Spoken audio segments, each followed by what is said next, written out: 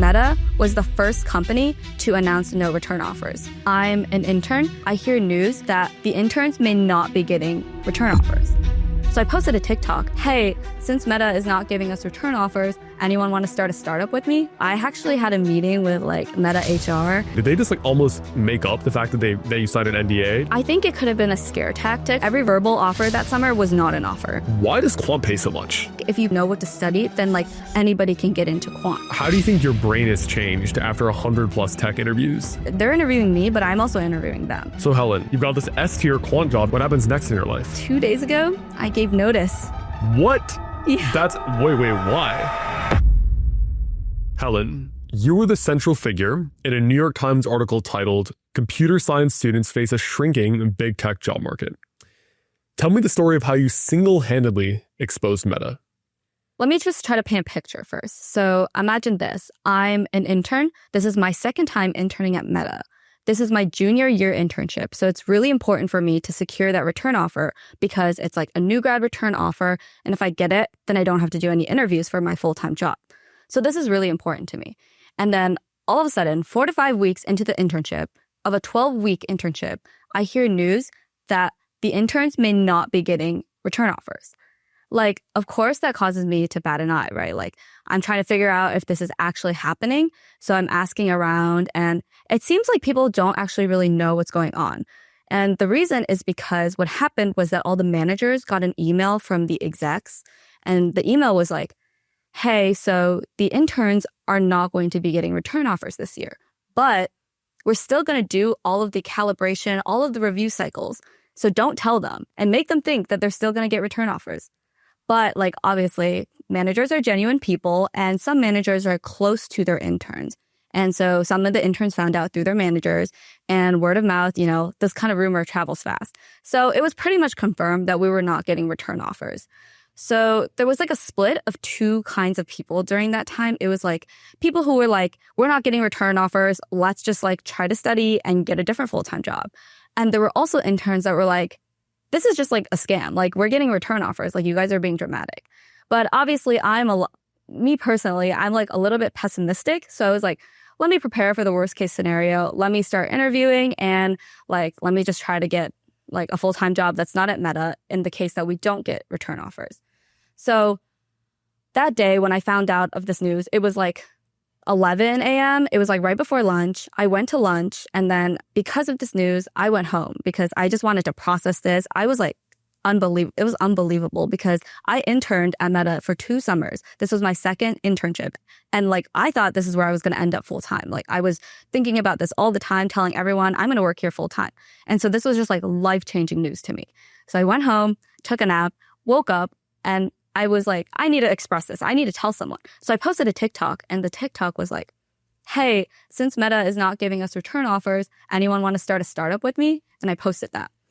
And this got a lot of views. And I forgot about the fact that not everybody knew about this news. It was internal news, but I kind of exposed it to the internet. So the comments were what do you mean Meta's not getting return offers? This is crazy. And the reason this video was so big is because Meta was the first company to announce no return offers. So 2022 summer, actually an infamous summer where pretty much no big tech companies gave return offers, or if they did, it was very little. So before it was supposed to be 80% return offer rate, these big tech companies were giving 10% return offer rates or even less.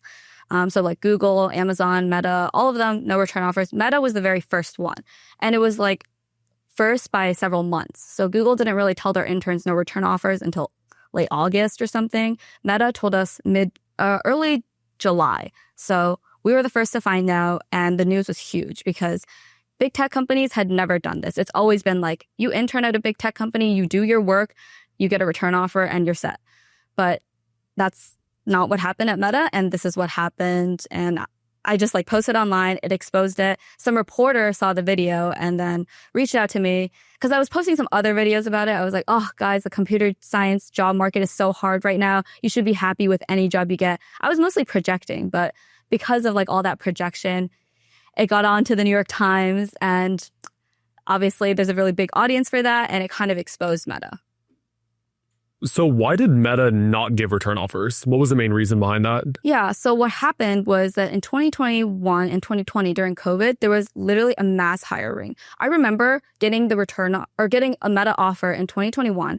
I barely knew how to code because I didn't really start coding until high school senior year when I took my first APCS class. But that's pretty late compared to a lot of people. So I didn't really study CS in my free time. I mean, I went to Carnegie Mellon, but I was a freshman applying for job.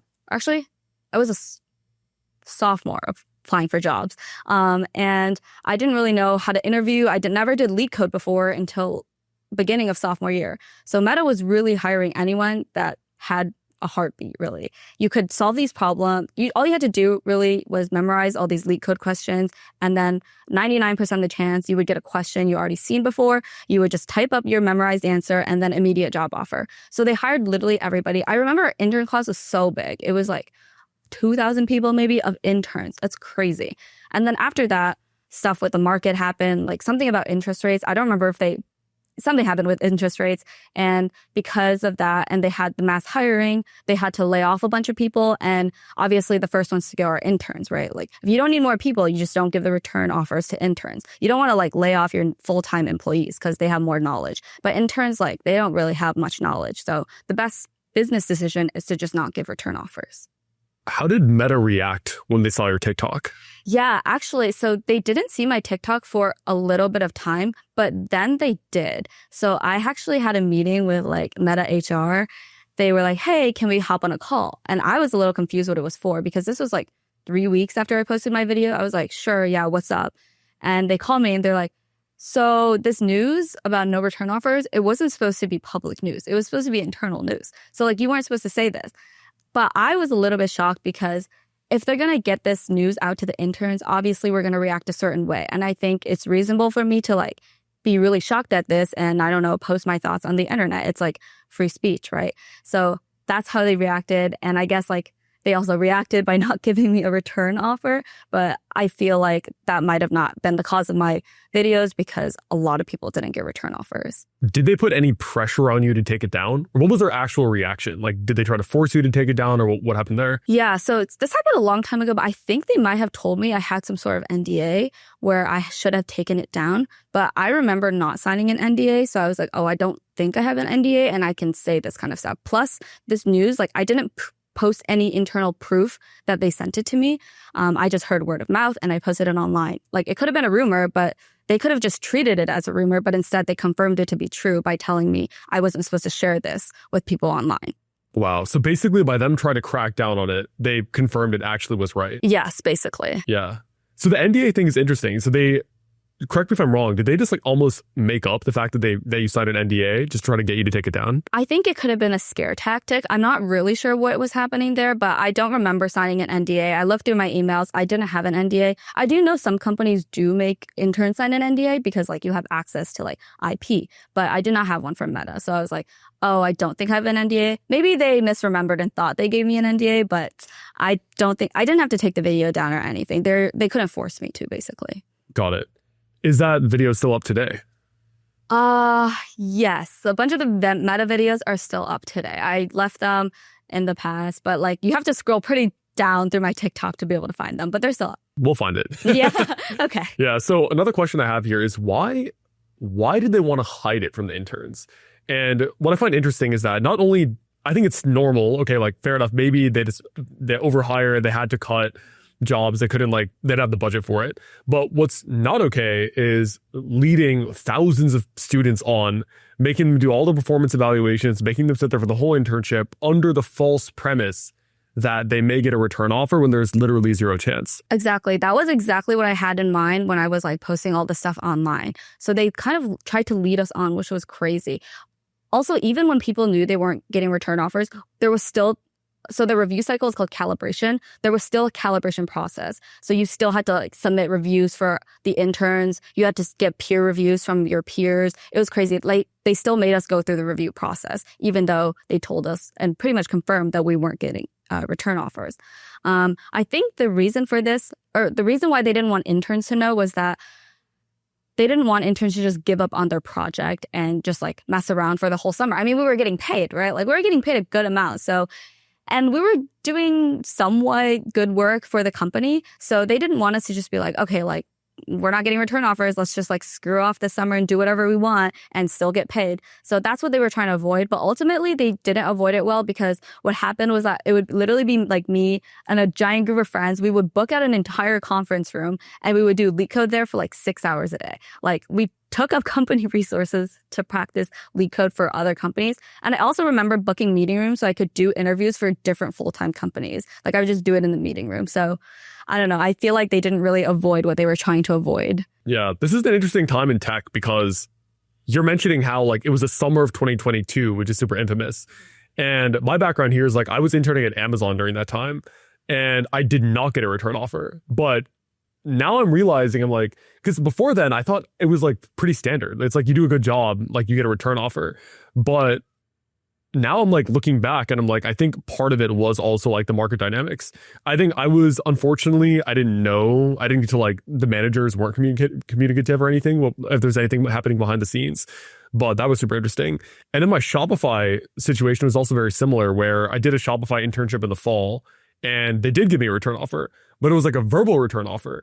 And they're like, oh yeah, my manager was like, yeah, you get a verbal return offer. You're good to go. It was like fully remote. It was like mid 6 figures. I was like super happy. My whole family celebrated. They were like, Aman has like a great offer. I'm going to travel the world. I'm going to do all these things.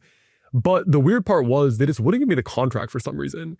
It was like December. They were like, yeah, I saw the number. You're going to be really happy about it. It's like really competitive. I'm really proud of you. Everything's good. And week after week, month after month, they just kept not giving me the contract to sign. And that was like super weird. And then eventually my manager actually DM'd me on LinkedIn being like, hey man, you should probably start looking for other jobs. I don't know what's happening, but like things are kind of weird and sus around here. So I got that message and I was like, holy shit, what's going on? And I still had hope in my heart because I didn't actually see the actual, email or anything. I didn't see any proof, but all my friends and family were telling me, dude, you should probably start recruiting.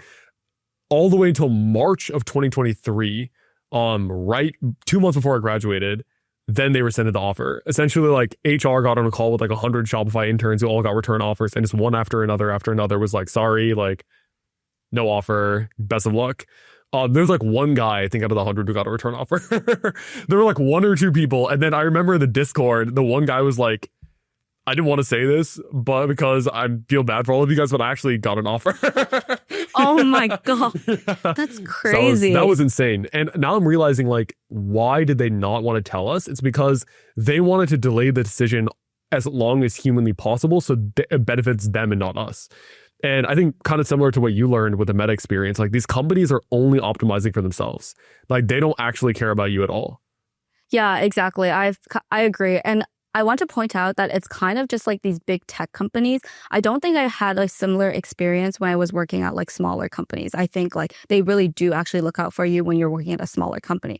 But I guess like for big tech companies' defense, they just have so many employees that like it's just so hard to like make everybody happy. So maybe they just don't try to. Sure. Yeah. And then the other thing about your Shopify offer is that like I have so many friends who were like, yeah, I have a return offer. I got a return offer. But it was like a verbal return offer. And every time they were like, I have a verbal return offer, I was like, no, you don't. You don't have a return offer. And every single time I was right. Every verbal offer that summer was not an offer.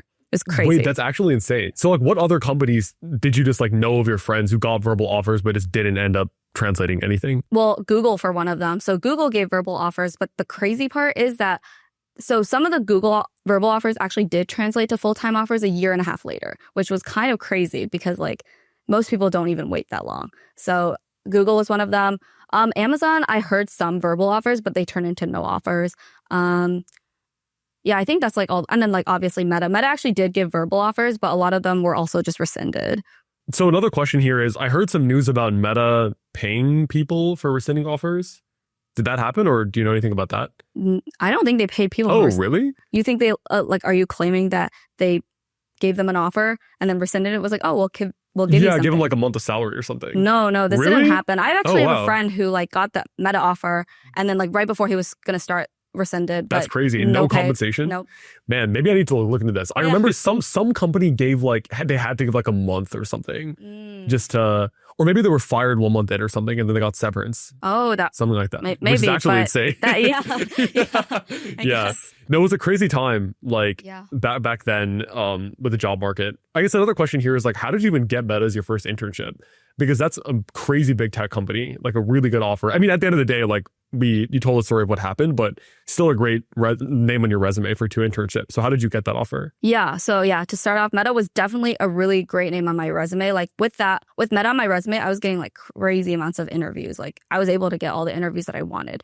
How I got it. So I got a little bit lucky with the timing. So I was interviewing summer of 2021. And at that time, all these companies were mass hiring. So I was interviewing at Meta, Databricks, Bloomberg. I was interviewing at so many companies as a sophomore, but like all these like prestigious companies. And all I had to do was go on LeetCode, buy LeetCode Premium. This is not an ad. And tag, like select, there's a tag on LeetCode. So I select the tag for Facebook. I go through all the questions. There's like maybe like 100 of them that are like unique questions that you have to go through. I go through them, make sure I understand how to do it.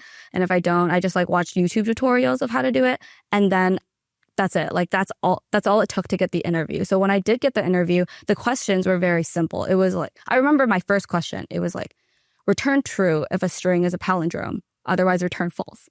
And this is just like such a crazy, like, it's just so easy. Whoa, bro, what? Yeah. And it was for a 45-minute interview. Like, I was just like stunned. I was like, okay, well, this is really easy. So I think I got really lucky with the timing because nowadays Meta internship interviews are not like this at all. They have LeetCode questions, but they tend to be LeetCode medium to hard. But back then it was LeetCode easy to medium. But When if did you were, do like, that interview? When did I do it? Yeah, do you know when? Yeah. So a funny story of how this went was that my boyfriend actually got the Meta internship at that time. And I was like, what? That's so unfair. I want a Meta internship. So he reaches out to the recruiter, refers me and is like, hey, like my friend from college is looking for an internship. Look at her resume. And we had like very similar resumes. You know, we went to the same college, took the same classes, had the same experience since we were sophomores. And so the Meta recruiter emails me. But that goes to my spam email and my spam box for some reason. So I'm sitting here for like 3 months, like, dang, the Meta recruiter still hasn't reached out to me. I'm so upset, but whatever. One day I decide to check my spam email and I see the email that's like, hey, let's schedule your interview. But it was for like September and it was currently November. And I was like, oh, crap. And I was like, hey, so sorry, I missed this email, but like, can we get this scheduled? And I was like, oh, it's over. Like, I'm not going to get it. She's going to ghost me. But since they were mass hiring, she actually replied immediately, was like, let's get this scheduled. So that's how the interview process went. And I interviewed in November and finished around December and then got the offer and then like accepted almost immediately. Nice. That was probably in 2021 or 2020? That was 2020. 2020. Yeah. Nice. Wait. No, 2021. 2021. Wait. Sorry, I'm getting my timeline. Yeah, no, because it was summer 2021, so it was December 2020. Okay. Yeah. Yeah, interesting enough, like I actually interviewed for Meta the year after. Oh. But they gave me a LeetCode hard. So I was like, fuck with that. Unlucky. Yeah, so I messed that one up. Yeah. I don't think at the time I even discovered LeetCode really. Oh, that's very which I didn't know about. But I think it's funny how like, at least back then, I don't know how things are changing now with the whole like cheating on interviews and stuff. That's something I should ask you about actually. Oh, yes. But back then it was actually insane. Like if you just knew about LeetCode and you spent like 3 months studying it. Yep. Also the tagged questions thing, that is such a good hack. That's what I did for Amazon. I just did like 50 of the tag questions and I just got a question I got and I was like, okay, 2 seconds, here's the offer. I'm going to Amazon next summer. You know? Like things are actually insanely different back then. So that's super interesting. Tell me what happened after your Meta offer was rescinded. Yeah, so after my Meta offer was rescinded, it was beginning of July. And actually during that time is when full-time offers start to open up. They start to open up beginning of July. So I was like, okay, well, I got to start interviewing. But I was not ready at all. Like I had not been prepared to interview. I didn't want to interview. I had been planning to just get the return offer and just stay there. So I started studying. So every day I would wake up at 8, go to the office. I would study like LeetCode in a conference room. I would study with friends to make it more fun. And then I started applying to jobs mid-July when they started like officially opening up. So actually in mid-July, a lot of the tech places weren't open because I don't even think they were trying to hire for new grads since they weren't giving return offers. So a lot of the things that were open were like trading companies, which were going through a mass hiring phase. So I was like, well, might as well try trading because I interned in big tech and like I'm having this crazy experience where I feel like they're not caring about the employees. And I have all these friends working in trading. I have a lot of friends who interned in trading. So I was like, okay, let me just try it. But the interviews are infamously hard. So I was like, okay, I need to like study a lot more. It's not just leak code. Started applying to a bunch of trading companies. And actually, luckily enough, because Meta was on my resume, I was able to get interviews at a lot of different trading companies. So that's what I was doing right after the Meta offer was rescinded. And before we go into talking about your trading experience, what was the salaries for the Meta internships? Yeah, so my first summer, 2021, I was getting 46 an hour, but I was remote. So like I was remote from Michigan. And then my second year, I think they adjusted for inflation. It was like 52 an hour, but we also got housing and we got like we got like a wellness stipend. So you could buy it was like a $300 wellness stipend. So you could buy like an Apple Watch or like gym memberships or anything. And we got free commuter cards. So we could like go up and down the city for free. Nice. Yeah. Listen up. If you're struggling to land an amazing software engineering full-time job or internship, or if you submitted dozens of applications and you feel like nothing is working, or if you failed multiple online assessments and interviews, or you just feel like you don't understand the process to land a great offer in the market of today, I actually run a school for people like you called the Software Engineering Accelerator. Now, over the past year, we've helped dozens of people land incredible jobs at internships at companies like Google, Amazon, Microsoft, Tesla, Salesforce, Adobe, LinkedIn, Capital One, MongoDB, JP Morgan, and the list goes on. And the best part about our program is that we actually guarantee the outcome. If you don't get the full-time job or internship you want, you don't pay. So if you'd like to work directly with me and my team of FANG recruiters and engineers to land an incredible job in tech guaranteed, click the top link in the description and submit an application to join us. Okay, so you interviewed for a bunch of quant companies. What companies did you interview at, and what was the application, interview, and preparation process like? Yeah, so I pretty much applied to every single trading company like that you've heard of, right? So I applied to Citadel, to Sigma, IMC, Jane Street, Radix, Headlands, literally like every trading company. And I actually got interviews from like maybe 90% of them. So I just like remember them very clearly. Citadel, Two Sigma, Jane Street, Jump Trading. So these four I remember very clearly. Bombed them, like did not do great at all. I studied all that leak code questions. I did all the tagged questions, but it didn't work. Like the tagged questions weren't any of the questions that I got. And the interview was very different. So I actually didn't get offers at any of those quant trading companies. And those are the initial ones I applied to. And then I was getting really stressed out because tech wasn't hiring, trading, I just got rejected. And this was my junior year. I needed a job. So I was like, okay, let me take a little bit of break. Let me take like 2 or 3 week break to study, lock in, and study for trading internships, like target them directly and then reapply. So I did that. And then I applied to some smaller ones. So there were some like super small trading companies. I honestly don't even really remember the names that I had offers from. I don't remember the first one, but the pay wasn't very competitive. So I was like, oh, maybe not. And then I also applied to where I did end up accepting the offer, Old Mission. So yeah. So are these quant internships or full-time offers? Full-time. These are full-time. Got it. And you said you got 90% of your applications turned into interviews. Yeah. Why so high a ratio? I think back then, lots of people weren't in trading. So trading was a very niche field. Honestly, to be fair, I didn't even know what these trading companies were until like my sophomore year of college. And so if someone was like, oh, would you rather go to Meta or Citadel? I would easily have picked Meta back then. Because I'd be like, literally, what is Citadel? Bro. Yeah. I mean, like, I feel like people didn't know what that was. So then, because it was so niche and they were mass hiring, because when the market is very volatile, which it was during COVID and after COVID, trading companies do really well. So these companies were doing really well and they were trying to hire a lot of people. And where are they going to get the people? Probably big tech. So I think because having Meta on my resume twice, it made it very appealing. So that's probably why I was able to get all those interviews. I feel like now if someone says they work at Citadel or Jane Street, people will literally bow down and kiss their feet. So yeah, that's funny enough. I remember one of my friends freshman year, he got Jump Trading and I was like, literally, what is that? Like, I literally have no idea. That's so lame. What is that? Yeah, I was like, that's so lame. Why didn't you get Google or anything? Yeah, you're not good enough to get Google. That's why you went to Jump Trading. Right. That's funny. Well, speaking of people not knowing what quant is, what even is quant? Yeah. So what this question is always so hard to answer. I've been like trying to explain this to my mom and she's like, I don't get it. She's like, can you explain it again? I'm like, I don't even want to try. So basically what quant is, there's two types, I guess, of quant. There's a market maker and hedge fund. So a hedge fund is a company that will take a lot of outsider investor money and invest it in these like different companies and try to give them like good returns. So for a hedge fund, there's a lot of like fundamental analysts, like analyzing these companies, analyzing their like PE ratios, making sure that the investments are good. And then based on how the hedge fund does, like they pay like a portion of the interest back to their investors.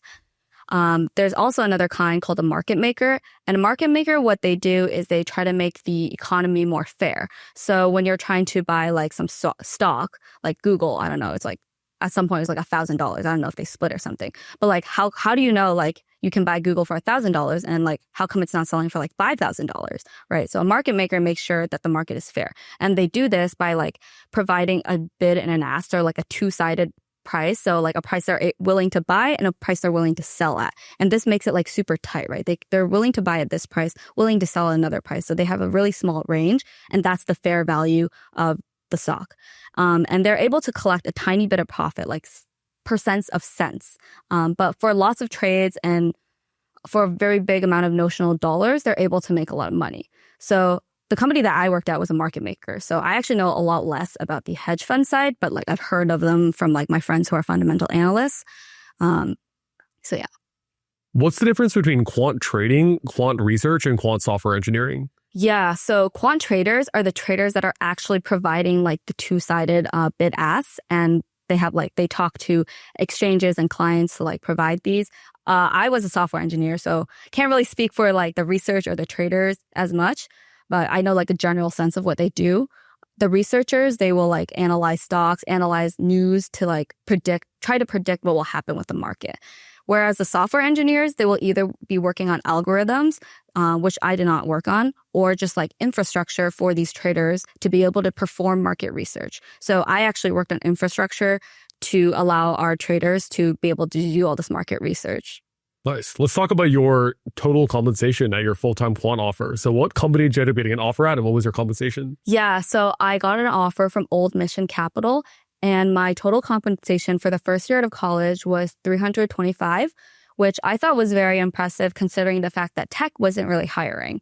So because of that, I was like, wow, this is pretty good. But the thing is, like $75K was the signing. But also, like, that was still impressive to me because I'd never seen that big of a signing. So I know tech offers, like, generally give 10K signing or 20K signing. But when they said 75K, I was, like, so shook.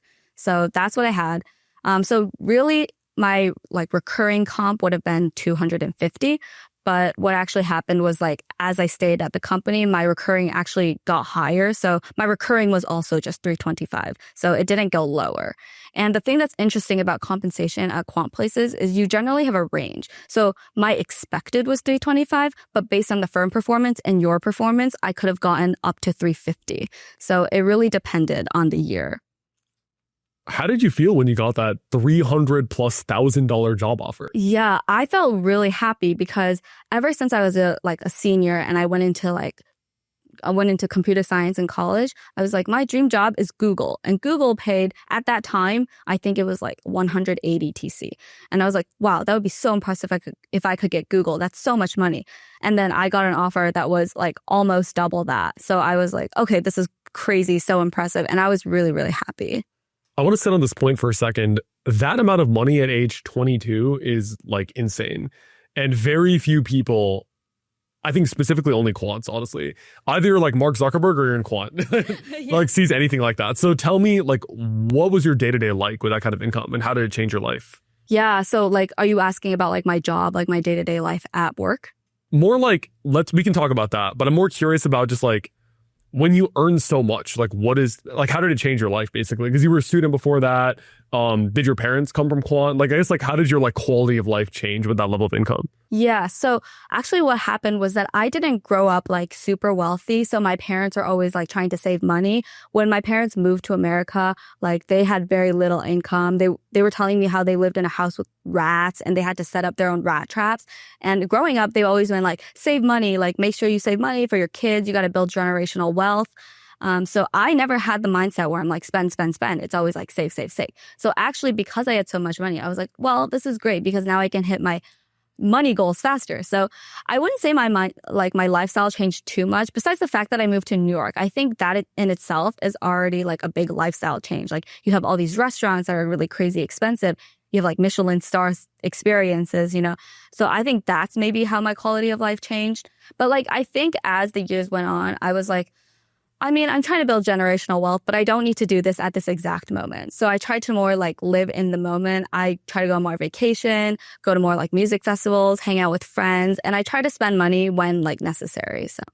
How did your parents feel when they heard you got that offer? What was their reaction? Yeah, they were really happy for me. So my dad is a software engineer as well. But I don't think he could ever process like how much money Quant was paying because he was working at like a general like tech place. Like it just like never paid as much as Quant. And also like Quant in New York City is also just like they have to pay more because of the living cost here. So my parents were very happy. Why does Quant pay so much? I think they have to have a very competitive offer. So tech pays, but they pay in equity. So they're always like, well, your stock will probably grow a lot in 4 years. So you can't consider this like $200K offer your recurring offer because your stock will go up. Whereas Quant pays all in cash. So in order to compete with these like stocks going up, they need to pay something more upfront to get this talent. So they just pay more in cash. So they generally have a very large signing bonus and also a very big bonus. So I wouldn't say their bases are way out of like the ordinary. I think their base salaries are generally like comparable to tech, but they generally have like a really large bonus where the bonus is greater than your base. Let's talk about how to get into Quant. So who do you think is cut out for Quant? Honestly, I think Quant people like to gatekeep who can make it into Quant. They're like, oh, it's so hard. You have to be really good at math. You need to know how to code low latency systems. But I think if you put yourself to it and you know what to study, then like anybody can get into Quant because like we all start from the same place. Nobody's learning any Quant specific thing at any given college. So you just have to apply yourself and study the right stuff and you can get into Quant. So I really just think anyone who wants to can try. And at some point, maybe not the first time you interview, but maybe like the second year you interview, you can definitely make it into Quant. Let's pretend like I'm a average computer science student. So I'm at Georgia Tech. Okay. It's not very average. I mean, it's a good school. I want to say like, okay, let's say I went to Wisconsin. Let's say I'm at Wisconsin. Okay. I'm like a junior. I'm a CS student. I have an Amazon internship last summer. What would you say to me if I wanted to get into Quant? Yeah, so I would say that you were probably already very good at doing leak code style questions like data structures, but something you would want to study more is system design. So one thing I know about Quant interviews is they like to ask system design questions. So it's like, it's not really like, oh, like how would you build Twitter? Because I feel like a lot of times when people are like, oh, let's system design, they're like, how do you build Netflix? How do you build Twitter? But it's not that simple. Like that's not what system design is. System design is like, say you have this like pub sub system and you want to scale it to, that can support like 2 users. How do you scale it out to like 1,000 users? What third party stuff would you use? That's the kind of system design questions I'm talking about. And especially nowadays, since the market is like so tough to get into, the way you're going to stand out is by knowing a lot of third party stuff, like a lot of packages and being like in tune with like AI and all that stuff that's like popular right now. So let's go step by step. Like, let's say, like I said, like I have an Amazon internship on my resume. Let's say I can solve like 80% of leak code mediums. Like most leak code mediums, kind of in the standard categories. So graphs, trees, like decent amount of dynamic programming. Like what specifically step by step would you say I have to get good at, and how would I like study those things? Yeah. So I think first you review like, at this point, you must have taken like an operating system class or some sort of low level systems class. I would say review all of that. So like understand at the base level how a computer works actually, because I think trading places like to ask tricky questions like that to see like, are you just like a computer science student or do you actually know what a computer is? So they'll like study the operating system, know how that works, study compilers, all that like important stuff that you learn in school. So actually like going over your notes is very helpful. That's something that I did before I was interviewing for trading places. And I actually like tend to get a lot of operating system questions even now. Even though I got a C in that class, I still review it and it's been very helpful. So first, like that kind of stuff. And then go to high level system design. So I watched systems experts class, and I think that was very helpful on reviewing stuff. So I took distributed systems, which was a course at Carnegie Mellon, and that was really helpful for my interviews because I learned a lot of concepts that they touched on. And also during your interviews, if you spit out a bunch of keywords, like it actually grabs your interviewer's attention, and it actually helps you during the interview.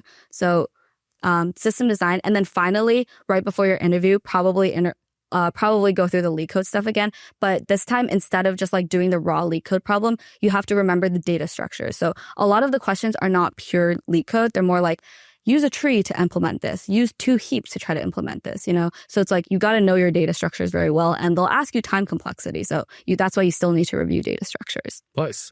So that's the passing the interview side of things. If I was trying to get quant interviews, what would you say I would need to do that? Yeah. So unfortunately, I will say that like it's very competitive. So if you don't have like any previous internship experience at all, then it would really suck. Like big tech already helps get your name out the door. Like if you have nothing in big tech, it's pretty hard to get quant, I think. You can still go through a referral though. That will actually work.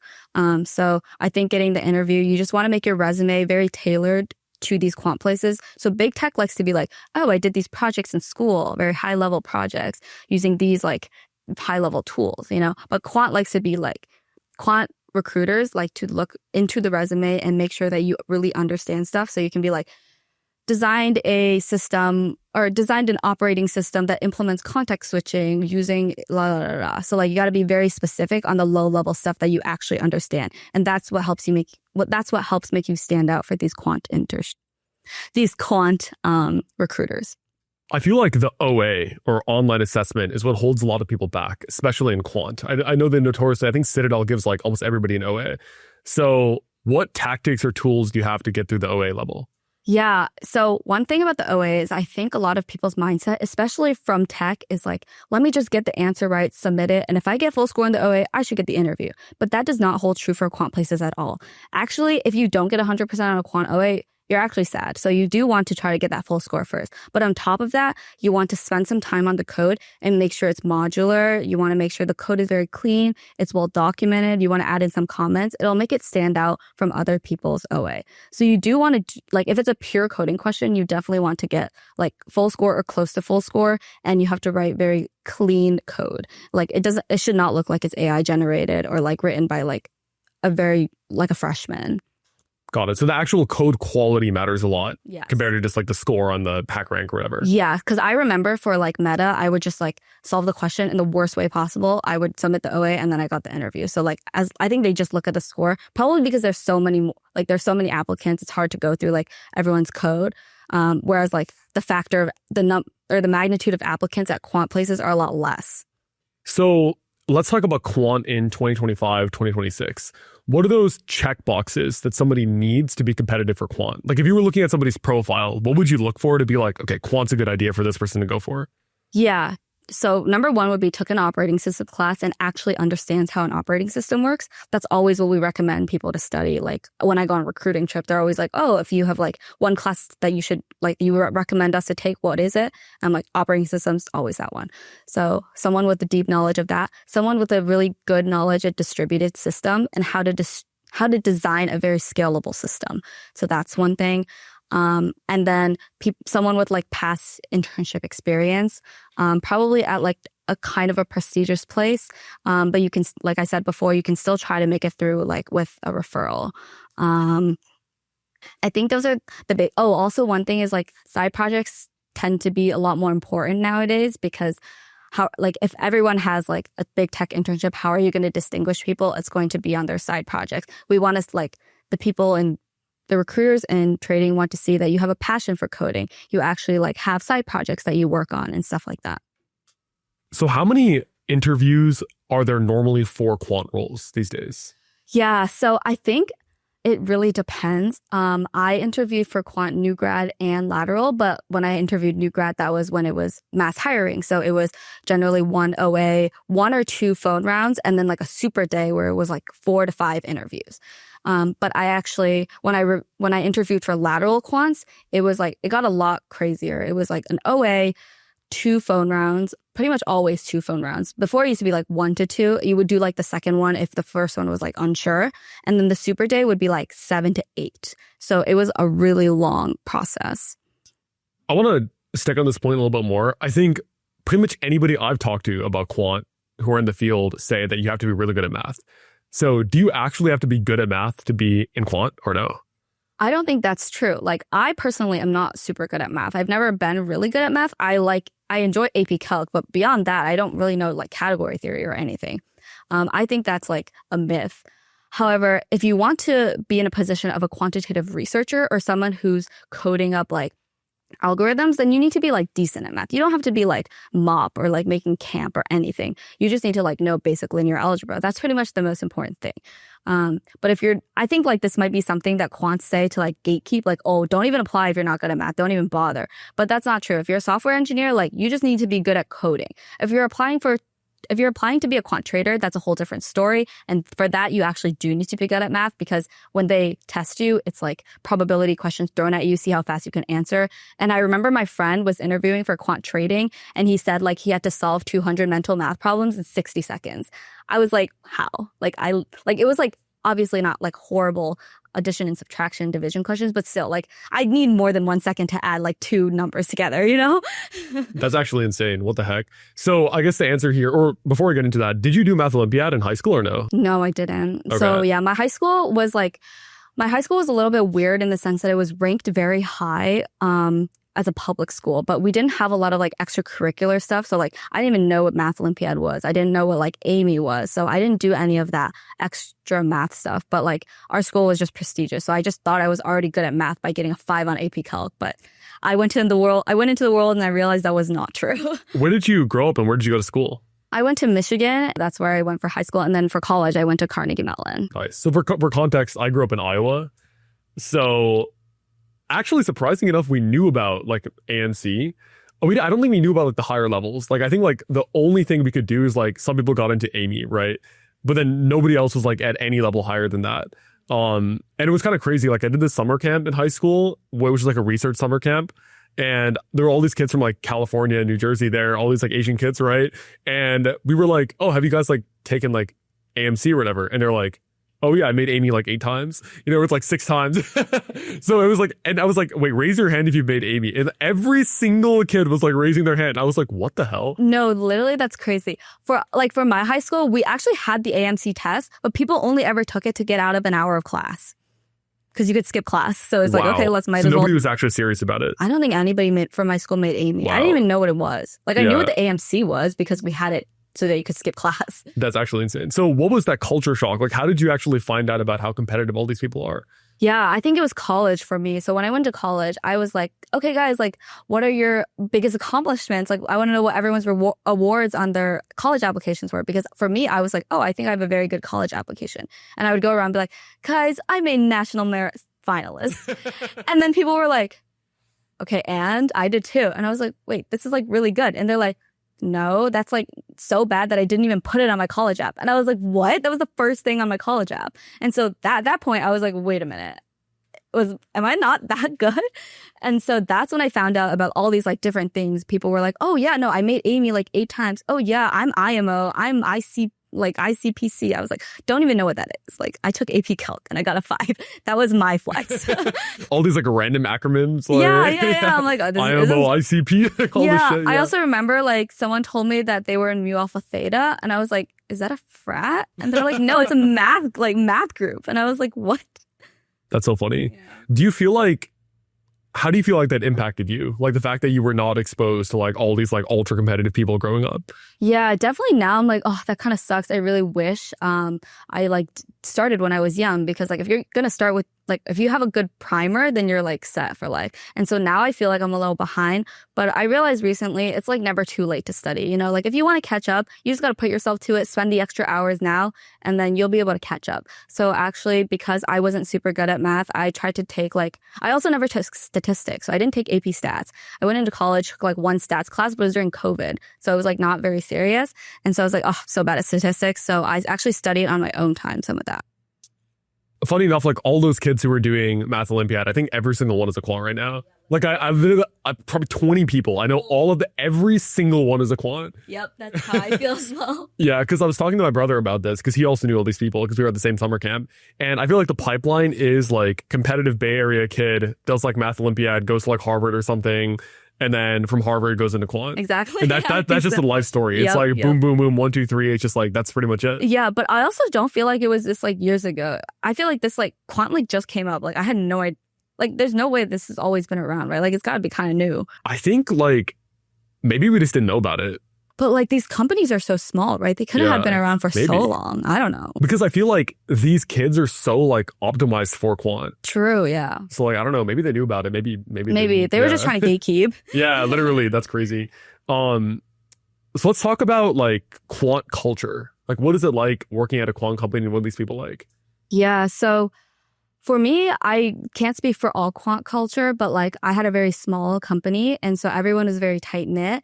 One thing I noticed a lot in quant was there's a lot of betting and poker.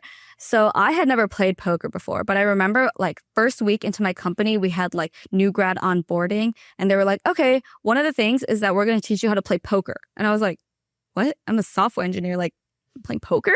It's like, hey, I guess. So we learned how to play poker. The CEO literally like took time off to teach us how to play poker. It was kind of insane. And I was like, wow, this game's actually like pretty fun. So I got really into poker that one year. So I started playing a lot. I went to Vegas. I played at the casino.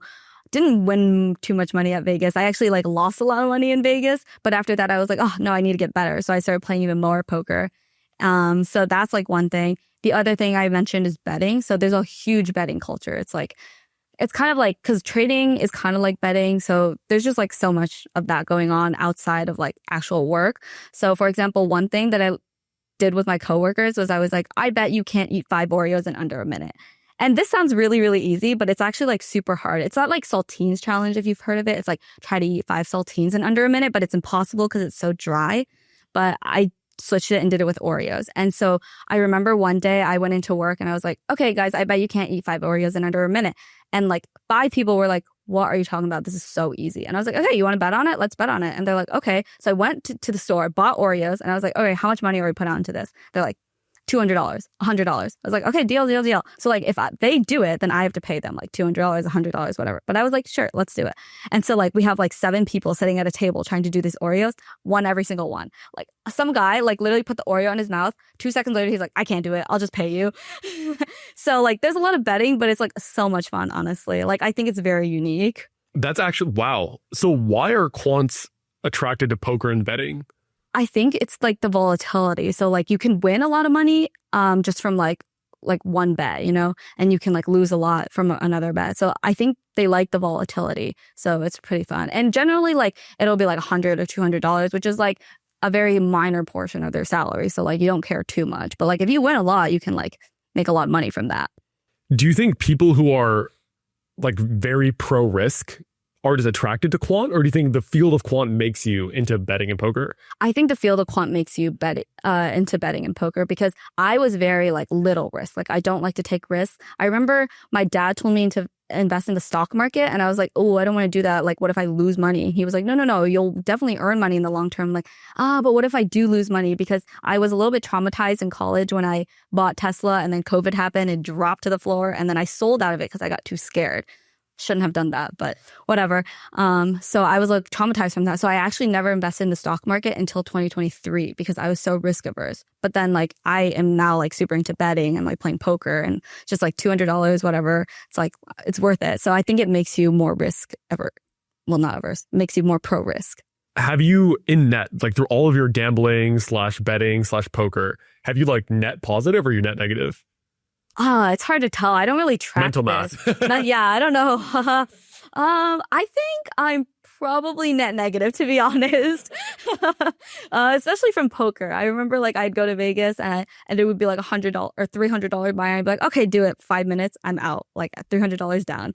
So I don't think I'm up, but it's just a lot of fun, you know? So like, oh, and the other thing that traders like, or like quant people like to do is that, sorry, this is like a tangent, but when we go to dinner, like it'll be like a really expensive bill. I don't know, like $200 a person. And like instead of doing Venmo, they'll just do this thing called Schwazi. So it's like an app on your phone. You put everyone puts their finger on. Oh, it's like credit card roulette, but you put your finger on, and then whoever's finger it lands on pays the bill. And it's like sometimes you're eating like $1,000 bill, just like cuz. So like that's something that people do, and I just think like I also participate in that because I just think it's fun. Like it's just like, ooh, am I gonna have to pay this, or did I get a free meal? So it's just fun, and that's what the culture is like. Yeah, I think it's also because quant just have a lot of money, where it's like $1,000 to a quant is like, I feel like it's $15 to the average person. You know what I mean? Especially if you're a trader. Like traders are making a lot more than software engineers in quant places. Nice. Really quick, guys. I've personally worked with hundreds of computer science students and software engineers to help them land incredible, high-paying jobs in tech over the past few years. And from that experience, I put together a resource breaking down the top 5 lessons I learned throughout that process. We'll go through the biggest mistakes people make when trying to land a job or internship in tech, and everything you need to kickstart your software engineering career. It's available completely for free at amanmanazir.com/7dayengineer, or check the link in the description. Let's talk about application hacks. So talk to me about borderline unethical tricks to get into big tech and quant companies. Yeah. So one thing is you can actually apply to a job with one email. And if they reject you, you can do it again with a different email, but you need to update your resume a little bit. So like you normally have your email on your resume, you got to change it up a little bit. So put the different email on your resume, maybe switch some stuff around so like the metadata looks different, and you can like technically apply twice. You don't it doesn't always work, but like it sometimes does work. I've had friends who did this and actually did work. I think I did this for Citadel and I got the OA twice. So it's like, okay, sure. So I guess that is the tip. What companies were your friends at where it ended up working, and when was this? Oh, yeah. So in college, my friends, a lot of them went to Jane Street. Some of them went to Citadel. Some of them went to like Facebook, actually. So like my friends were all over the place, but a lot of them were in trading. Wow.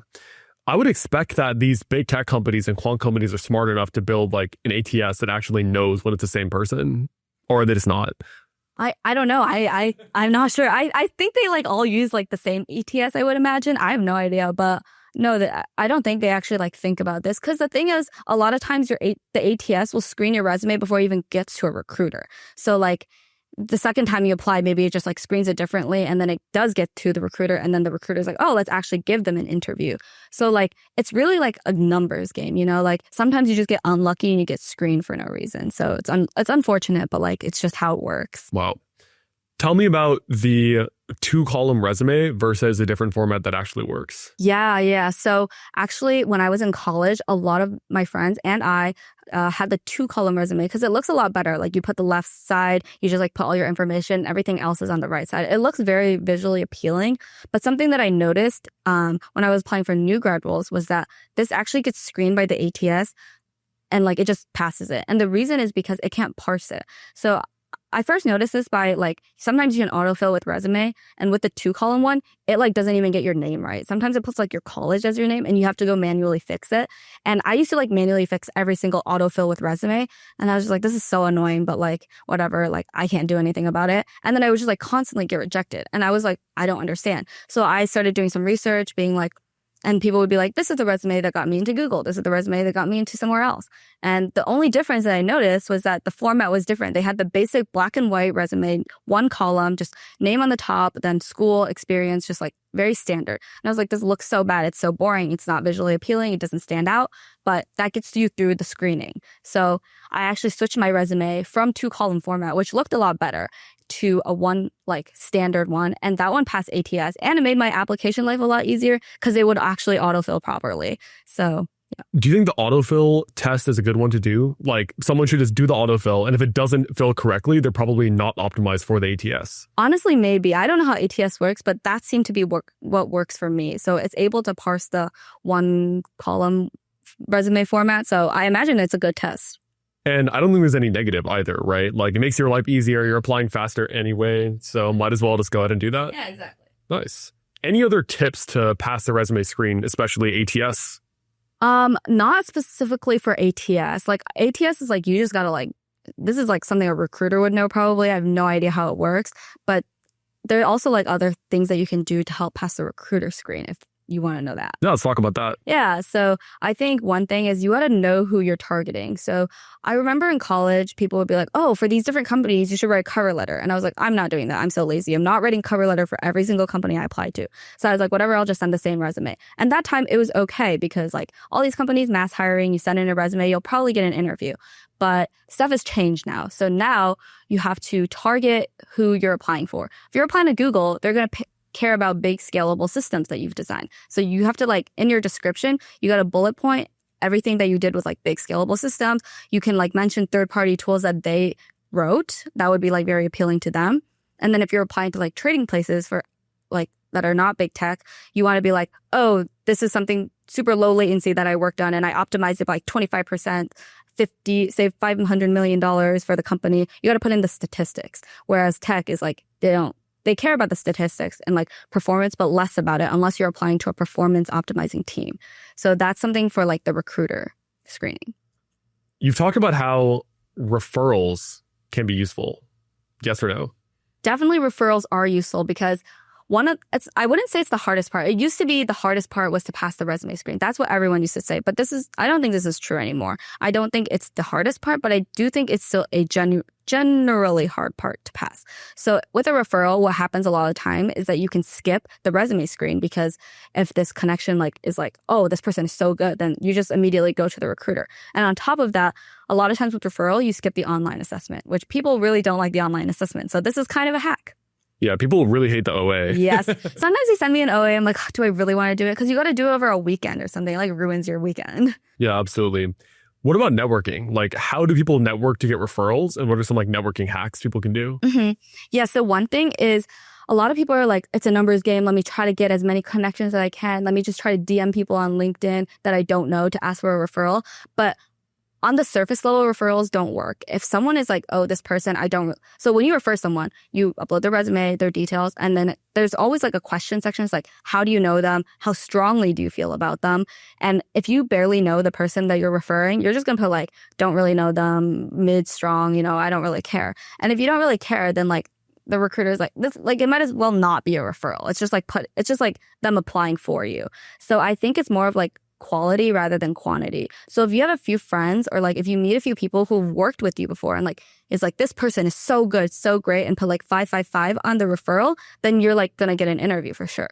So I think when you're networking, you want to actually like get to know someone on a deeper level before you just ask for like a blank referral. So I did this in the past where I would just like DM someone, talk to them for a little bit, ask for a referral. It doesn't really work though. Like it never really got me an interview, except the ones where like my friends, like my close friends refer me, like always pass the resume. Wow. I think that's something that I almost didn't even realize either, is that like behind the referral screen, there's a ranking system. And that makes sense, right? Because I know people on LinkedIn at like big tech companies would be like, DM me for a referral. And they're like submitting thousands of referrals. So obviously it doesn't really mean anything unless you can go ahead and add that. So I think one tactic that I'm going to tell my students to do is essentially attach like a little paragraph in the third person perspective about why this person's referring you. That they can just copy and paste and add in this. Like, for example, let's say your name is John and the person referring you is Jack, right? From like Jack's perspective, John, we met through this on like this part of his resume would be good for this company. So they can just copy and paste that. I'm sure that would make a big difference in terms of likelihood to succeed. Yeah, that actually is right. So sometimes I would like refer my friends that I don't know. And I was like, if they can just like send a blurb, I'll just like put that I know them and I'll like put them through because it's in everyone's interest for the referral because like if they get the job, you'll get a referral bonus. And if they're actually good, then they'll do good for your company and then you get more money, So like everyone benefits if you refer someone who's like good, even if you don't know them. Absolutely. It's like I just found out because I talked to an Amazon recruiter, like they get paid based on hire candidates. Oh, so the way that these recruiters work, like they have a whole game going on in the back end. Essentially, it's they want you to get hired if you're good. So like recruiters will look at your LinkedIn, they'll like go after you, they want you to be hired, but only if you can pass the interviews. So like people are always like against the recruiter, but it's just a recruiter's game. Because if somebody gets hired, I think it's like between like 1 and 5 months at the company. If they stay there, they're like good, the recruiter gets like a bonus. Oh. And they have basically like a number of like, what is it called? They basically have like a number of like hires they have to make. Oh, headcount, right? Yeah, like a certain amount of headcount, which is like not available seats, but like they have to hit like a certain number. every like month or quarter or something. So like some recruiters will be ahead. Like I've already got my 10 candidates. I've already hired. Like I'm just chilling I'm for the piecing next out 2 for the months. rest of the year. Exactly. So it's really like, I think it is a big hack to like understand the incentives behind the scenes, because then you make much better decisions at that point. Exactly. Yeah. Yeah. Let's talk about headhunters. What's a headhunter and are they useful? Yeah. So I didn't even know what a headhunter was until like my senior year of college, or even like when I was a new grad starting my job. So what a headhunter is, it's a recruiter that works for several companies. So each time that they place somebody into a company, they get a little bit of commission. So headhunters generally are not for tech companies, because tech companies have a lot of recruiters. They normally have like hundreds or thousands of recruiters, so they don't need a headhunter. But headhunters are for quant companies. So a lot of these quant companies, they have very few actual recruiters. They have maybe like 5 to 10. But like if they're trying to do a mass hiring, like it's not in the company's interest to hire more recruiters and then hire more people from the recruiters, because like they might always be expanding, because it's not like Meta where it's like, we're always going to grow. Like, let's always expand because we have a product. Trading, there's no like product. So if the market is really bad one year, then they're kind of screwed and they have to do layoffs. Market's good, then they can hire more people. So it really depends. So a headhunter, like I said, is just someone who works for these different companies. So they'll reach out to you via LinkedIn. It honestly sounds like a scam sometimes. It's like, hey, I'm a headhunter. Like, I think your resume is really impressive. I can apply for you to these companies and all you have to do is interview. And so it sounds like a scam, but it's actually real. So but they do like tend to spam you a lot. So like you'll normally get like reached out to like by several headhunters, like 4 to 5. But if you have like one quant experience, you're like already catching their eye, because like I don't think there's a lot of people in quant. Wow. Yeah, so that's what a headhunter is basically. So do you think the headhunter is useful to work with or no? Personally, I think it is, because you don't have to go through the process of applying. So they're just like, hey, like, tell me your compensation expectations. I'll find firms that match your expectations. And then tell me what you're interested in. I'll find firms that match you. They'll send you a list and you just be like, I'm interested in all of these ones. They take your resume, send it to the companies. They schedule your interviews. And then all you do is interview. So I think it's very useful. But I'm not sure. I'm a little bit skeptical of headhunters, because so the companies have to pay them like a little bit of commission, but like it's like probably still like 50K per head. So I think they might like have a higher bar if you go through a headhunter versus if you just like directly apply. I'm not super sure though, but like that's my theory.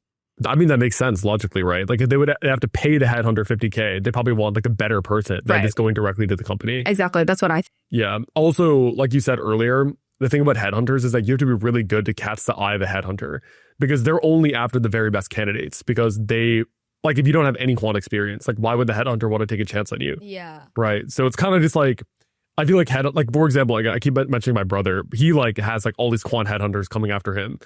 Because he has like IMC and Jump on his LinkedIn. Right. So like they're like always DMing him, and he always talks about how it's really useful if you already have that foot in the door to get to the next level. But if you're trying to break in, it's probably not going to be through a headhunter. Yeah, I don't think you can break in through a headhunter. And there's no such thing as like reach out to a headhunter, because like, I mean, like maybe, but like generally they are reaching out to you. Like people don't really reach out to headhunters, because generally I think like their roles on LinkedIn, it's not like headhunter. It's always like recruiting at some firm that's like a headhunting firm. So unless you like did your research on like, oh, this firm does headhunting and then found a recruiter at that firm, then you're not really going to be able to like reach out to a headhunter. Nice. Let's talk about the market. So 2020 versus 2025. What does the tech job market look like these days? Yeah. Gosh, 2020, it was like so easy. You know, like you wanted a tech job, you got a tech job. I have friends in college who are not even CS majors and that got a tech job. So like some of them were like business majors that like took 1 or 2 CS classes and were like, okay, now I want to do computer science, able to get Amazon offer. You know, nowadays it's like, even if you're a computer science major, you might not get a job. So like there's all these memes on TikTok that's like, graduated with my CS degree, now I'm working at a boba shop. You know, like that's actually true. I just think the market is so tough now. But I wouldn't say it's like impossible. So like I think we were a little bit spoiled by 2020. Like if we think about the market before 2020, getting Google, getting Meta was not easy. So it's like actually just the same as what it was before 2020. But everyone just keeps comparing it to like that mass hiring time, and it's like, oh, now it's so hard. But really, it's just back to normal. So that's like my opinion of it. Do you think it's worth becoming a software engineer in 2025? Yeah, I definitely think it is, but like for the right reasons. So back in the day, people didn't major in computer science. I remember I was the only girl from my high school that majored in computer science. Maybe even only person, because a lot of people were doing like pre-med or like chemical engineering, electrical engineering. I like graduated, posted like my graduation post on LinkedIn. Everybody else did. I was scrolling through LinkedIn, like everyone from my high school was a CS major. I was like, how did everybody graduate with CS major? Nobody took APCS. Like, I didn't know any of you guys. And like, how are you all CS majors? So I think because of that mass hiring, everyone was just like, let's go into CS. You can make a 6-figure job super easy. You don't even have to be like super good. And that's why everyone went in. But now I think you should only go into computer science if you're passionate about it. I don't think you should go in for if you're chasing the money, because I think that's like not a very smart reason to go. And if you're not passionate about it, you're not going to be able to get a job. Do you think a computer science major is worth it in 2025? As compared to what? I don't know. What are the alternatives to get into tech? Yeah, I guess like there's electrical engineering, there's computer science. And there's like computer engineering. I think a computer science major is still worth it. One thing that I will know, at least at Carnegie Mellon, is that the computer science major is pretty theoretical. So a lot of our classes are not like applicable stuff or like learning about a computer. A lot of them are like theory or like, oh, we should do research on this, which of course is useful, but like not super applicable for a job. I think at least at Carnegie Mellon, the computer engineering degree was actually probably a lot more helpful nowadays because you learn like embedded systems. I never took that. You learn networking. You learn like pipelining or whatever. I remember I was interviewing for lateral hires and they were like, oh, did you ever take a networking class? And I was like, no. They were like, what about embedded systems? I was like, no. They're like, did you take anything like that? I was like, no, I was a computer science major, not a computer engineering major. So honestly, like these days, I would suggest people go into computer engineering or like computers. Or if you do want to go into computer science, you should definitely like try to focus on the hardware classes. But I know like sometimes for computer science, you don't have to take those like hardware classes because it's not for your major. I think one option could be like computer engineering and computer science. Double that could major. be a good double major, good hybrid, right? Yeah. Because I know some people do like electrical engineering and computer science. That's like a combined major, like EECS or whatever, right?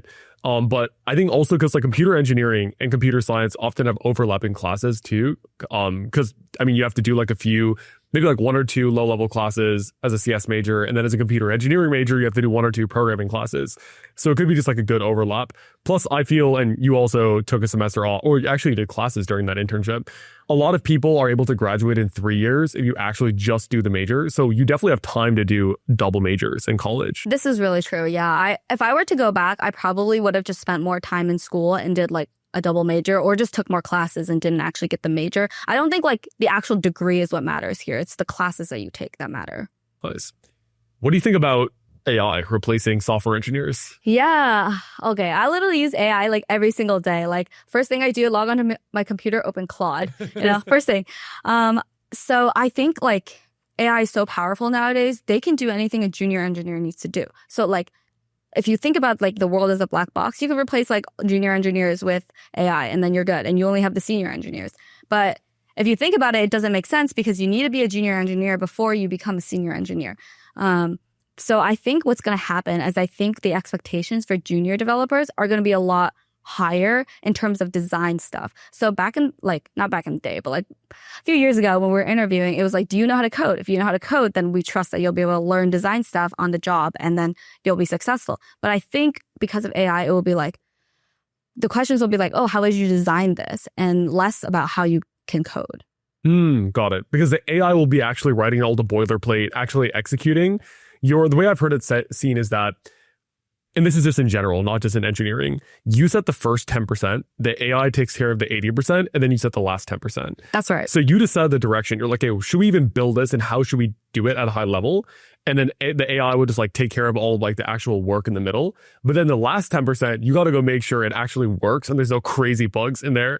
Yeah. And make sure it's like ready to actually be pushed to production. Yeah. So one thing with AI right now though is like when it writes code, it likes to repeat itself a lot. And you need to check it over before you can actually ship it. You can't just like blindly write it and be like, this works. Even though AI can actually write tests now, you can be like, make sure you write tests to test this code, But like you still need to do that 10% at the end to check to make sure everything is up to par. What are some tools and techniques software engineers can use to more readily like use AI in their workflow? I think you just got to be familiar with it. So there's like there's Copilot, there's like Claude, there's Claude Code, there's there's Cursor, there's OpenAI's. Like, you just gotta know how to use all these tools. And once you know how to use them and you're familiar with it, that I think that already like gets you one step ahead. But if you go into like a company and you're like, I have no idea how to use these AI tools, and they're gonna be like, a little tuned out. Like, why don't you know this? You know? Nice. So you've worked at startups versus big tech companies versus quant companies versus research. So rank all of them. S tier to F tier. Like, what's the pros and cons of each of these different areas in tech? Okay, yeah. So S tier, obviously going to be quant. The pros are pays a lot and you have a lot of ownership. So I remember like when I was like working in my quant job, like I was able to make a lot of decisions because the company was small. Like I pretty much knew everybody at my company. So I love that. Next would be my startup. So I interned at Cruise. The really cool thing about Cruise was that they had a tangible product. You know, they were building a self-driving car, and maybe it's not cool to people these days because there's Waymos running around everywhere. Actually, I just saw Waymo in New Jersey. I was like, what? Oh, what? Yeah. New Jersey? They're mapping New Jersey and Manhattan right now. It's crazy. Yeah. Dude, I'm so excited. Yeah. But back when I interned at Cruise, like it was December 2022 or like fall. It was like the new and upcoming thing. I was able to ride in a self-driving car, and I was like, I helped work on this. Like, that's so cool. So that was super cool. So that's definitely next. And also it was like it's not like a super small company, but it was startup like where my team was very small, and it just felt like we were all working towards the same goal. So it was very collaborative. And then I would say like number 3 would be big tech. I think big tech is like good if you are able to play corporate very well. I think if you're just trying to like lock in, be a good coder, you actually won't ever rise to the top. You need to like be able to like make connections and stuff. And I just think for me, it's very exhausting because when I was at Meta, I was trying to like learn. But I think after 2 internships, I barely learned anything, you know? So like that's already a negative signal for me. And then I think number 4 would be research, just because although research is really fun, it was during COVID for me. So I participated in 2 conferences for my published papers, but they were remote. So unfortunately, I didn't get to go to Greece or Australia where my conferences were. But I would say it's 4 just because for me, while I like research, I think it's very lonely. You work on it yourself and like your advisor, but you can't really like talk to like coworkers. You know, you don't have coworkers or anything. So I just think for me, it's less interesting. So Helen, your life is set. You're making $300,000+ a year. You've got this S tier quant job you just mentioned. That's freaking incredible, right? You're making bank. Everything goes well. So what happens next in your life? Yeah. So actually 2 days ago, I gave notice. I quit my S tier quant job. What? Yeah. Wait, why?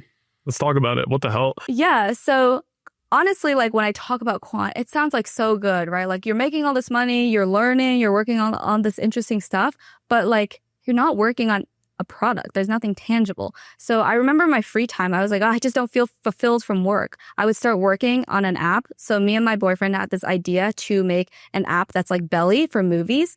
And you can rank your movies after you watch them. You can leave comments. And it's different from Letterboxd because you can like see what your friends make. So it's or what your friends watch and what they ranked it. So it's more like a social media app for movies. And because like Belly took off, we were like, oh, why don't we just like make something similar like for movies? And we got this product rolled out to the App Store. And I just thought that was so much more fun because like it was actually like a tangible thing. And I like when my friends came over, I was like, look, this is what I built. But like for my friends not in software engineering, a lot of times they're like, what do you do at work? I'm like, oh, I build infrastructure for people at my company. And like they're like, oh, is that it? And I'm like, yeah, I don't know how to make it sound more appealing, but that's what I do. Like, I just like build for traders, and it just like to me wasn't super fulfilling. So I decided that like that's not where I wanted to be permanently, like for the rest of my life. Especially right now when I'm young, I want to work on something that's tangible. I want to work on a product, you know. Nice, but I mean, you gave up like an insane salary. Like, did you? I guess like what was the thought process behind like giving up that level of salary? Yeah. So I was thinking, and you know, money does not buy happiness, right? So quant trading jobs are they take a lot of time. I was getting into the office at like 8:30 to 9, leaving around like 6 to 7.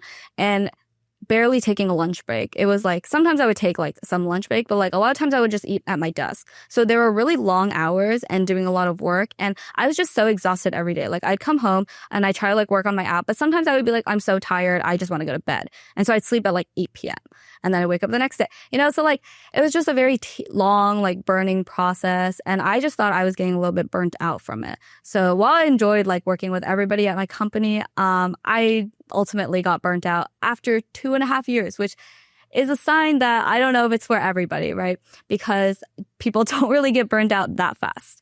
Yeah. Other than that, what are the other elements of the dark side of Quant that people don't talk about? Well, I will say that like all the dark side people do talk about, it's like the hours are bad. I don't think people realize that like it's not just about money. I think everyone goes into Quant as like, oh, like I'm just making so much money. I should just be happy. But like then you're working on things that are like, they might be interesting, but like they're not tangible. And like if you're really interested in product, then this is not going to be a good fit. So I don't know if there's like any like secrets that I have about Quant that are dark besides like the fact that it's like pretty tiresome. So what's next? Have you been recruiting for a new role? And what's that like? Yeah. So I was recruiting for a new role. So I was thinking about like what happened. I didn't want to stay in trading. So like if I was going to stay in trading, I would have just stayed at my company. It's very small. I know everybody. I was comfortable there. So I would have just stayed there if I wanted to go to trading. For big tech, I don't know if I would want to go into big tech just because of my experience that I've had. So what's left was startups. So I was like, okay, I'm actually very interested in startups. Honestly, I don't mind the long hours. I'm a fan of the long hours if everyone around me is grinding and working towards the same thing. I really like that environment. So I was like, okay, startup is the place to be. So I started interviewing at a bunch of startup places. Nice. So tell me, like, how long did you recruit while working full time? And how did you interview at other companies / competitors without being called by your company? Yeah. So actually, I was interviewing for a really long time. So I started interviewing last summer. So over a year ago. And the reason for this is because there are cycles for recruiting. It's not like year-round lateral hires. They generally have a quota in July, I think. And so I tried to apply during like the July cycle. I don't actually know how their quotas work, but I tended to get more interviews during July. So I applied last year to a bunch of trading places. And this is because I went through a headhunter and like they were just applying me to a bunch of trading places. And I was like, well, might as well get some like interview experience in just like so I kind of like know what the market is like right now. Because I think the interviews are different for laterals. So I was like, let me just like see what it's like. So I interviewed at a bunch of trading places. I didn't get any offers, but I also didn't interview too many. I had like 2 or 3 interviews at trading places, didn't get the offer. And then I was like, okay, well, the cycle's like a little bit over. And I was like, maybe I'll just wait until next year. So this year I started applying again about in April is when I started applying. And then I got some interviews in the middle of June to July. But the thing is I had to space them out because I was interviewing while I was working. And I think it's like a little bit difficult to do that. So what I did was I took some PTO. So I actually took a trip to Aruba with my friends. I took a week of PTO, but on the last day, I was like, I still took PTO, but I actually had interviews.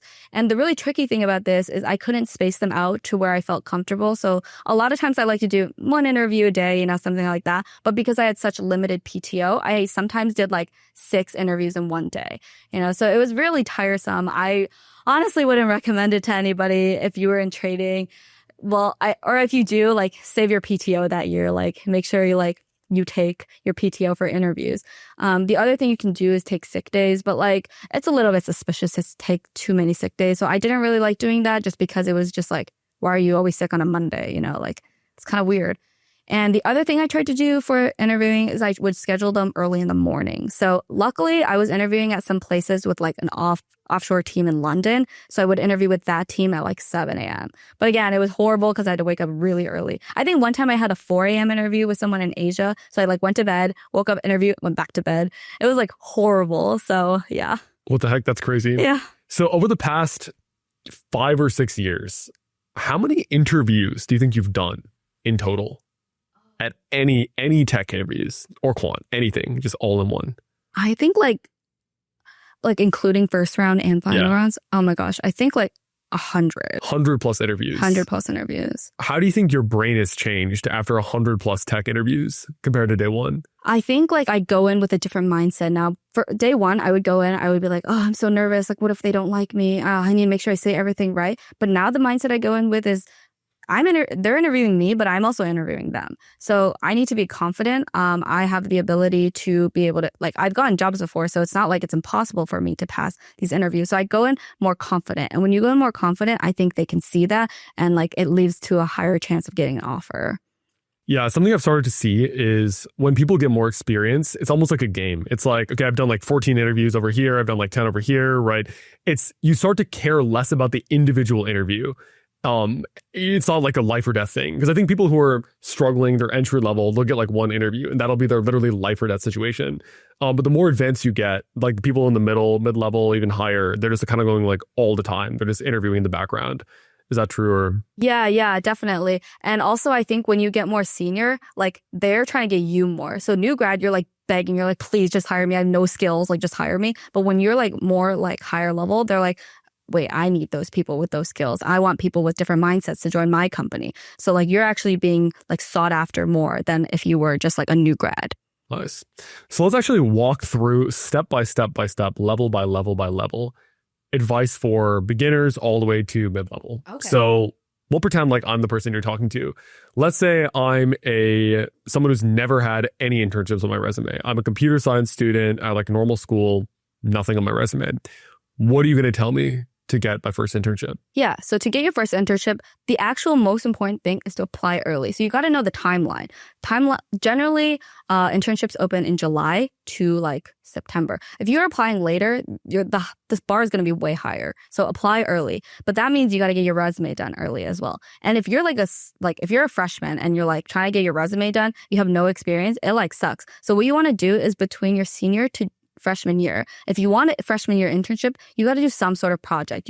A lot of time it's hard to like get an internship as a senior, but I know some people who get like internships as a high school senior. That's not for everybody. If you can't get that, it's completely fine. Sometimes you can do research though, like if you have a local university, it doesn't have to be a good one. It can be like your local community college or something, just doing research there just to get some exposure and experience. That's something good to put on your resume. The other thing is working on side projects. So this doesn't depend on anyone but yourself. So you come up with an idea, you learn how to like implement that kind of stuff, you implement it. It can be something so basic like implementing Flappy Bird or something. It can just be so basic that you can put on your resume to show that you've actually done something and you know how to code. So that's something that's really important. I think my freshman year resume was like obviously really bad. I put like high school tennis on there. Like, I don't know. It's just, you got to fill in the blanks with your resume though. You got to make sure your resume is full and it doesn't have like blank spaces. So like filler stuff. And if you have projects, you write a lot of description to like fill the resume. Let's say someone's going for their second, third internship and they want to break into big tech. What's your advice for them? So let's say now they have like a small company or a mid-level company in their resume. Mm-hmm. Yeah. So this would be like, one thing is that it's really, really hard to get past the resume screen for big tech, especially nowadays. You pretty much always have to go through a referral. Like if you don't, like 99% of the chance, no matter how good your resume is, you'll get screened. So this one, like if you're doing an internship, just spam DM the recruiters on LinkedIn. Just be like, please. You DM like 500 people or something. Like it's not hard. You just copy paste it, right? DM recruiters, get friends there to refer you. And then of course, like on top of that, you still got to make your resume good. But like that's just the base level at this point. Let's say someone wants to go to new grad now. So they have a couple of internships on their resume and they want to graduate and get a new grad job at big tech or Quant. What's the playbook there? Yeah. So once again, resume's got to be very polished. At this point, like, I think it's a lot. I will say like it depends because the new grad quota sometimes is less than the internship quota and they might take longer because new grads, they can hire like whenever, right? Like generally they start in August, but like you can start as a new grad whenever you want. Internships, there's a 3-month program. So they got to get their hiring done before like January. So the timeline is a little bit tricky for a new grad, but it's still very important to apply early. So starting July, you got to get those like applications in. You might need to do the trick where you do the 2 emails, even if you get rejected immediately. I think the process is very similar to internships though. Like you might just DM recruiters because if you're a new grad, you probably don't really know people at these companies, especially if you're like only friends with people your age. But if you're in like a frat or a sorority in college, maybe ask like older people for referrals. But like once again, you got to make sure you have like a deep connection with them. And if you don't, just be like, I know there's going to be a part that asks how you know me. Just paste this. And like, honestly, most people will because like, it's just free work. Something you mentioned that I've definitely noticed is that new grad, just fresh, I feel like it's harder than internships. And I think the reason is obvious because like they have a certain amount because they're going to give interns return offers anyway. And if you're an intern, it's like more likely to get a return offer than get hired fresh because the company can assess their performance. So it's less risk on their behalf, right? And also they have like less pressure too in terms of time. So do you think it's a lot better to go through an intern return offer than just new grad fresh? It's totally better to go through intern return offer, but like that is not always you can't promise that this will happen. So if you can, that's great. That's why the junior year internship is so important. If it's some place that you don't think you can see yourself full time, like you're better off just keep interviewing and like not try not to take that internship because like the junior one is just so important. It's so much easier to get converted. I know some companies that are like, we'll hire 1 to 2 new grads, like not from our internship program, but everyone else is through our internship program. Because that's the point of the internship program. It's that people will convert full time. So you must have learned a lot about mid-level recruiting. So how does the game change when you're recruiting for mid-level versus early career? Yeah. So early career, I remember every time I have an interview for a week beforehand, I just like start doing the daily leak code because every day there's a new leak code. I just do it every day. Mid-level, I did 0 leak code questions. I am logged out of that app. I don't even have a login anymore for it. I don't even know what my account was because they don't ask leak code anymore. Because if you're mid-level and you can't like solve these easy to medium leak code questions, then you might not be ready to do mid-level recruiting. You should already know your data structures and the time complexities. Maybe it's good to review on that. Like I did a little bit because like a lot of the questions like do relate to data structures, but they're not leak code at all. The other thing, like what I did study was I would read textbooks. So there's like fundamentals of C++. I would read that. There's like a compiler's textbook that I read because I didn't take compilers in college. I read a textbook about networking because I didn't take that in college either. A lot of things just like I had to do outside of work and outside of school, just like to study for these interviews. And a lot of them were like design questions, like, or just like applicable questions. They weren't like leak code at all. Talk to me about your TikTok. Why did you start posting on TikTok? And then do you plan on picking up in terms of posting on your account? Yeah. So yeah, I used to post on TikTok a lot when I interned at Meta because it was just very appealing, you know, like day in the life of a Meta suite. We're making this much money. It was like crazy how much we were making as interns doing like nothing. And then once I got to full time, I stopped posting as much just because I think while trading is like a very niche topic that people don't know too much about, I think these companies don't like it when you post too much about them. Also at work, some people would be like, oh, aren't you the girl on TikTok? And I was like, ugh, tired of getting this question. So I try to like post less because I remember like there was this girl that was going to join my company and she also posts on TikTok. But like people in my people at my firm like knew who she was and it was just like, oh, she's kind of weird. Like she posts so much on TikTok, even about our company, even though she doesn't work here. So I was like, oh, I don't want to give them the wrong impression. So I kind of just like stopped posting about trading altogether. However, now that I left, I do want to get back into the TikTok stuff to like talk about my experiences and everything. So hopefully I will. Yeah. Let's say you're sitting down with someone who just got their offer rescinded. Let's say it's a friend of yours. They just got their offer rescinded or they just found out they're not getting a return offer. What would you say to them to help them think through this and I guess prepare for the future? Yeah, this is so corny, but I would literally be like, rejection is redirection. I honestly really like that phrase because it's just so hard to believe that rejection can be a good thing sometimes. So actually recently I was interviewing final round for this trading company. It was a very, very tiny pod of like 8 people and I really enjoyed talking to them. I thought the work was going to be super interesting. And then after final round, I got rejected, but like after 5 days and I was so devastated. I was like, it's over. Like, I can't, like, I'm not going to be able to recruit. I should just stay at my company. It sucks to recruit. But then like very soon after, I got a new offer from a startup company, and I was like, wait, I went to visit their office and everything. And I was like, this is literally everything that I dreamed of. Their office looked just like the Meta office. So it was giving me big tech vibes without like the corporate big tech stuff. And I was like talking to my like skip manager who was right under the CTO. And he was like so genuine and down to earth. And I was like, wow, I'm so glad that I got this offer. And now thinking back, I was like, if I got that old offer, I would have never gotten this offer. So rejection is definitely redirection. And the thing is just, you never want to give up. You like one rejection doesn't mean anything. And really like they could be losing out because they don't have your talent. So just don't give up and keep trying, and eventually you'll land something. I fully agree. My story of rejection is redirection is when my Shopify offer was rescinded in March of right before graduation. I was so depressed. I was like, this is all I wanted in life, and it was taken away. Ended up getting like another good offer within 1 or 2 months. So I had that other company, but I quit that job like a year in to like go full time on YouTube and content and stuff. And I often think back to it like, if my Shopify offer wasn't rescinded, maybe I would just be at Shopify right now. Honestly. Because like it was good. Like I was like fully remote, like a lot of benefits, cool company. Like maybe it would have been too good where I wouldn't have quit. And I love my life now. I love doing my own thing. So honestly, like it was probably a benefit that it was rescinded. Another thing was my brother, like before he got IMC, he was interviewing at Amazon, or he applied to Amazon, and he just never got a reply. And he was like so depressed because the year before he got interviewed at Amazon in his freshman year. And he was like, it was getting super late in the application cycle. He was like, dude, I'm screwed. I'm not going to get an offer. And eventually he got like IMC. And then like the next week he got Amazon.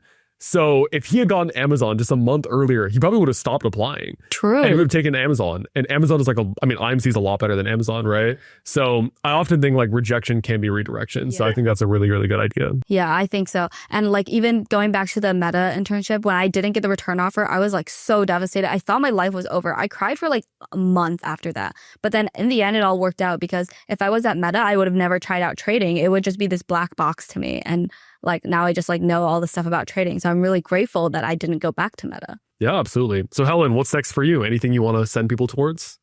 I don't know. I'm just like trying to work on myself now, work on a product. I'm going to try to like push my app out to get users. I think it's really exciting working on my own thing. So I'm hoping that eventually I'll have like enough stability where I can just do my own thing, start my own brand fully. But right now I need a little bit of stability, and I do enjoy coding and working with people. So for now, I think I'm still staying in corporate, but hopefully in the future, like I might be doing my own thing. Nice. Well, pitch people your app. Like who should sign up your app, and what is your app all about? Yeah. So honestly, anyone who's like struggling to find what to watch, I feel like every single night I'm like, I need to watch TV. I need like to decompress.